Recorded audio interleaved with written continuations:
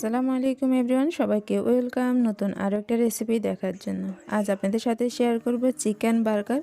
খুব সহজভাবে কম উপকরণ দিয়ে কম ঝামেলায় বাসায় এই মজাদার চিকেন বার্গারটা তৈরি করে নেওয়া যায়।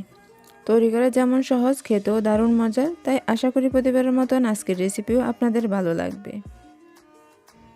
এর জন্য এখানে আমি প্রথমে চিকেন নিয়ে নিলাম। চিকেনগুলোকে একটু পাতলা করে কেটে নিলাম। আর এখানে শুধুমাত্র মাংসটা নিতে হবে, হাড় নেওয়া যাবে না। এরপর এটাকে আমি একটু থেতলে নিব। আপনার ইচ্ছে হলে নাইফের যে হাতুলটা আছে ওটা দিয়ে একটু থেতে নিতে পারেন, তবে একেবারে ভর্তা করে নেওয়া যাবে না, জাস্ট একটু নরম করে থেতলে নিলেই হবে। আমি একইভাবে সবগুলোকে করে নিলাম। আর এখানে আমার 5 পিস আছে, তবে এগুলো একটু পাতলাই হবে তুলনামূলক। এখন এর মধ্যে দিয়ে দিলাম হাফ টেবিল চামচ পরিমাণের সয়া সস, আর দিয়ে দিচ্ছি 1 চা চামচ পরিমাণের গরম মশলার গুঁড়া। দিয়ে দেওয়ার পর এখন দিয়ে দিচ্ছি হাফ চা চামচ পরিমাণের লাল মরিচের গুঁড়া।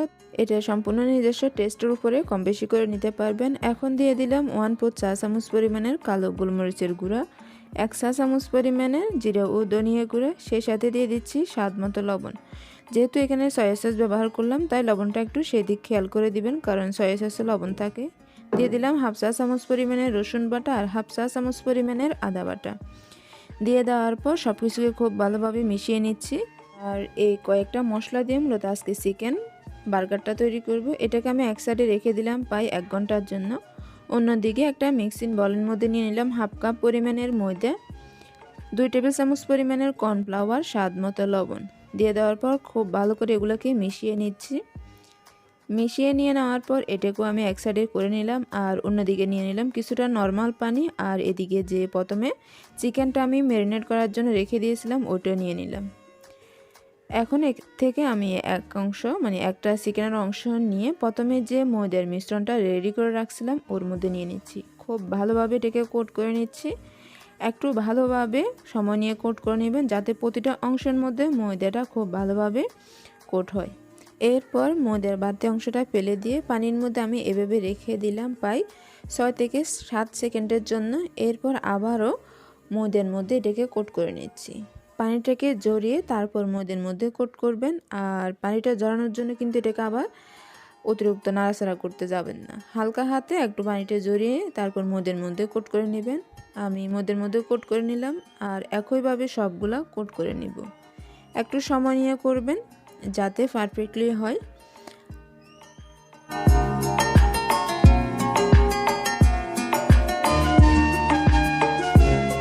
আমার সবগুলো কোট করে নিয়ে নেওয়া কমপ্লিট। এখন এগুলোকে তেলে ভেজে নিব। আর কতটা পারফেক্ট হলো খেয়াল করলে বুঝতেই পারবেন।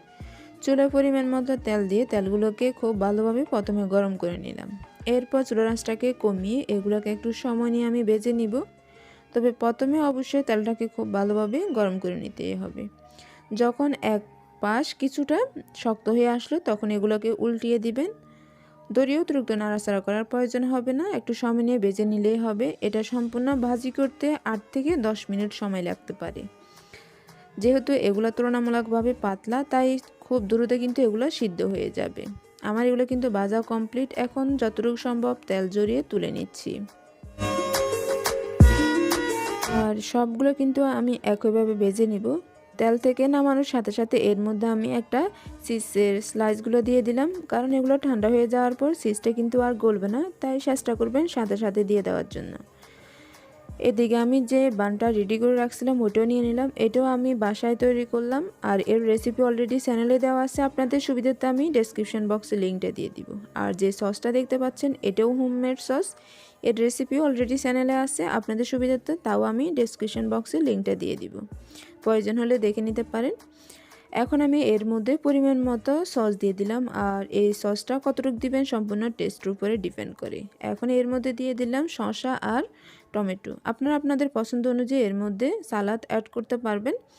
উপর দিয়ে দিলাম যে চিকেনটা আর চিজটা রেডি করে রাখছিলাম ওইটা। এরপর আবারও এর মধ্যে শসা আর টমেটো দিয়ে দিলাম। আপনার ইচ্ছে হলে যে কোনো ধরনের একটাও দিতে পারেন। এখন দিয়ে দিলাম এর মধ্যে সস। আর এই সসটা খেতে কিন্তু দারুণ মজার। আপনারা আপনাদের পছন্দ অনুযায়ী কম বেশি করে নিতে পারবেন। উপর দিয়ে টমেটোর সস দিয়ে এরপর আবারও এর মধ্যে বার্গার সস দিয়ে দিলাম। দিয়ে দেওয়ার পর উপরের যে বার্গার বাকি অংশটা ছিল সেটাও দিয়ে দিলাম। এখন কিন্তু এটা পরিবেশন করার জন্য একেবারে সম্পূর্ণভাবে রেডি। আপনারা আপনাদের পছন্দ অনুযায়ী এটা পরিবেশন করতে পারবেন। দেখতে যেমন ইয়ামি, খেতেও আলহামদুলিল্লাহ দারুণ ছিল। আর আপনারা যারা বার্গার খেতে খুবই পছন্দ করেন, এভাবে একবার হলেও ট্রাই করে দেখবেন। ইনশাল্লাহ আপনাদের কাছে এই পদ্ধতিটাও ভালো লাগবে। আজকের মতন এখানে শেষ করলাম। সবাই ভালো থাকবেন। আল্লাহ হাফেজ। আল্লাহ হাফেজ, বাই বাই।